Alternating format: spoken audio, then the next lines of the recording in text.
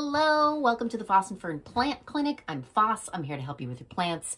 The Plant Clinic is where I answer questions that you have sent in about plants and things. Let's get it. Organic potting soil versus regular potting soil. Does it really matter? And the answer is kind of, it matters. Sure, maybe. But I have a lot more to say about it than that. So the question really is, what is organic potting soil and what is regular potting soil? Organic potting soil means that there's probably not chemicals in it, and and the nutrients in the potting soil is most likely naturally derived. There's very little regulation around that. Something I've never seen like this. There's not like a certification process. So it is kind of branding. There could be a lot of greenwashing in this. But generally speaking, that's what it means. It's not a guarantee that your product is sustainable or good for the earth. It is more of a question of where are the nutrients, how are the nutrients being derived? Are they naturally sourced, which would be organic, because it's literally organic matter, or is it chemically sourced or synthetically created? The organic mix might use banana peel for the potassium, but there's nothing to say that those bananas were not genetically altered or grown with pesticides. You know, it's not that clear of a system. A regular non-organic potting soil might have like peat moss, it might have perlite, it might have bark chips, and also some fertilizers, non-organic fertilizers, which doesn't necessarily mean it's bad, but it does mean that the fertilizers and nutrients might be synthetically created.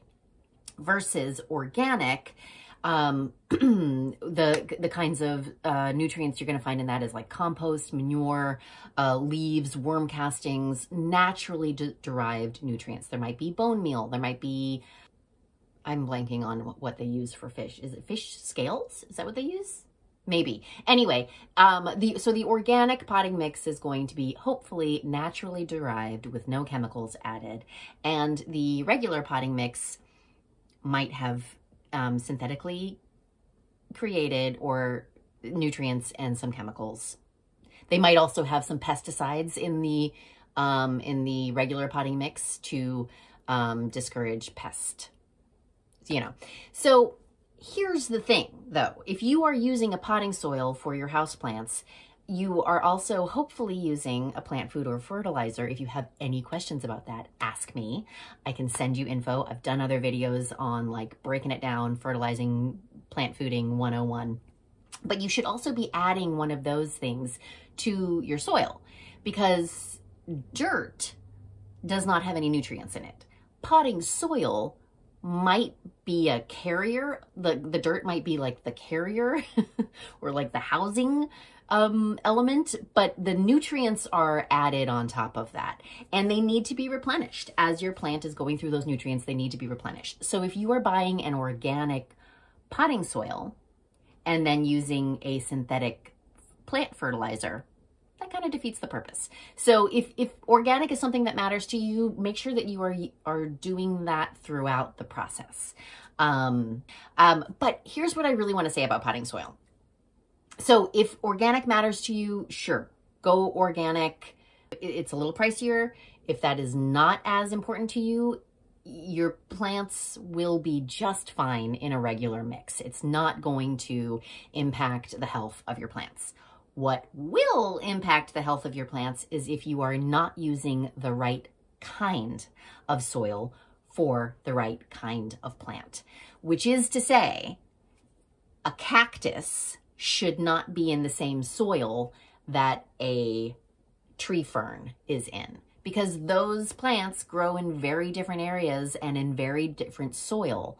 So that's really the big thing. That's really like if you're looking for the biggest bang for your buck in terms of choosing the right potting soil for your plants, it's about choosing the right type for the right type of plant.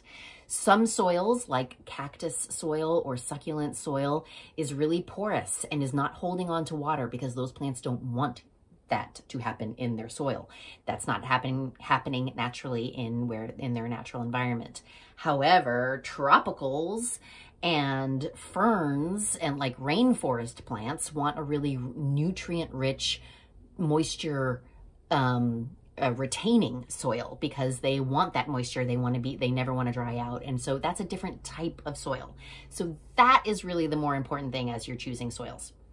But if organic matters to you, then yes, go organic. If you can afford it, go organic. And again, just make sure you're following that through all the steps of the process.